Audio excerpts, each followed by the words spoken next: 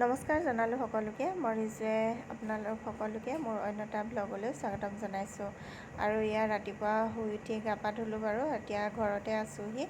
কালি মাৰ ঘৰৰ পৰা আহিলোঁ।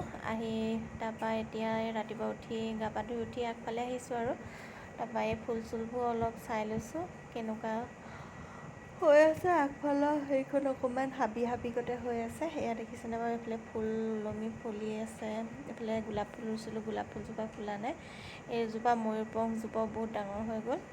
আৰু ফুলবোৰত যিহেতু মায়ে পানীহে দিয়ে, সেইকাৰণে অকণমান ভাবিছোঁ তাকে অকণমান আপডাল কৰি থৈ যাব লাগিব যাওঁতে। তাৰপৰা এই গছজোপা যে কালি দেখাইছিলোঁ, সেইজোপা বহুত ভৰ্তি হৈ আছিলে মানে হাবি গতে। মানুহজনে অলপ কাটি দিলে, এতিয়া অকণমান দেখিবলৈ ভালেই লাগিছে বাৰু। আৰু এয়া মুখৰ আগতে আমাৰ জেৰেঙা পথাৰৰ আগতে এতিয়ালৈকে মানুহে হাল বোৱা নাই, বাব হৈছে আৰু এতিয়া ঘাঁহ গজি আছে, তলত পানীও আছে। তাৰপৰা এতিয়া আহিলোঁ এয়া পাকঘৰলৈ বুলি।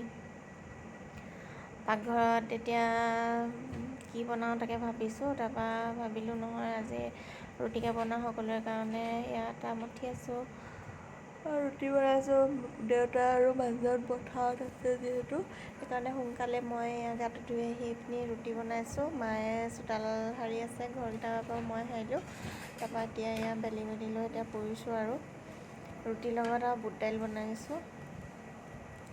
বুট দাইল আৰু ৰুটি খাম, শুকান ৰুটি। চবেই যিহেতু শুকান ৰুটি খাই ভাল পায়, সেইকাৰণে ৰুটিটো শুকানেই বনাওঁ আৰু মইহে খালি অকণমান তেল দি খাওঁ। এয়া শুকান ৰুটি বনাই আছোঁ। তাৰপৰা এয়া খাই বৈ আজৰি হ'লোঁ। হৈ কাঁহী বাতি ধুই আজৰি হৈ মেলি এতিয়া ফুলকেইজোপা যে কৈছিলোঁ আপোনালোকক, মানুহজনক ক'লোঁ ভিতৰলৈ ভৰাই দিবলৈ। এই বাৰান্দালৈ, যিহেতু বাৰান্দাতে থোৱা হয় এইকেইজোপা ফুল। আৰু এয়া আমাৰ বাৰান্দাৰ কামটো সম্পূৰ্ণ হোৱাগৈ নাই বাৰু, আধাখনীয়া হৈ আছে। এয়া এতিয়া মানে ফুলৰ গুৰিবোৰ অকণমান খুচৰি দিছোঁ। মায়ে মানে পানী ঢালোতে তলৰ মানে ফুলৰ শিপাহেঁতি ওলাই গ'লগৈ, সেইকাৰণে মাটিটো অকণমান চপাই দিছোঁ। আৰু সাৰো অকণমান দি থৈ যাব লাগিব, তেতিয়াহে ফুলকেইজোপা দেখিবলৈ ধুনীয়া হ'ব। আৰু এইটো দেখিছেনে, একেবাৰে মাটি নাছিলে, তাতো মাটি দি দিলোঁ। তাৰপৰা আকৌ এই স্পাইডাৰ প্লেনেটজোপাৰ গোটেই মানে পকা পাতবোৰ ওলাই গৈছে, তাকো বাচি উঘালি দিলোঁ। আৰু এই কচু ফুলকেইজোপাও ডাঙৰেই হৈছে, এয়া দেখিছেনে। আৰু ফুলবোৰ আপোনালোকৰ কেনেকুৱা লাগিছে কমেণ্ট এটা কৰি জনাব। আৰু এইফালে ৰ'দো ওলাইছে, তামাম একদম চোকাকৈ ওলাইছে আৰু ৰ'দ। এয়া সাৰি লৈছোঁ, অলপ চফা কৰি লৈছোঁ। আৰু এইফালে এয়া গৰুজনী মানে আগফালে চৰিবৰ কাৰণে বান্ধি থৈছে। আৰু এই সন্মুখতে নাৰিকল গছ আছে দুজোপা। তাৰপৰা এইফালে এটা আমলখি গছজোপা আছে। আমলখি গছজোপাত আকৌ মানে আমলখিবোৰ পূৰা সৰিছে, এবাৰ ডাঙৰ হ'বলৈ নাপাবই যেন লাগিছে।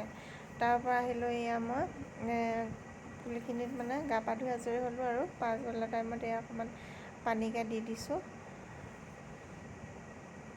পানী অকণমান দি দিছোঁ। তাৰপৰা এয়া ঘৰকেইটা মোহাৰি লৈছোঁ, সাৰি ল'লোঁ, মোহাৰি ল'লোঁ। ভিডিঅ'টো আজিলৈ ইমানেই আছিল, বাই।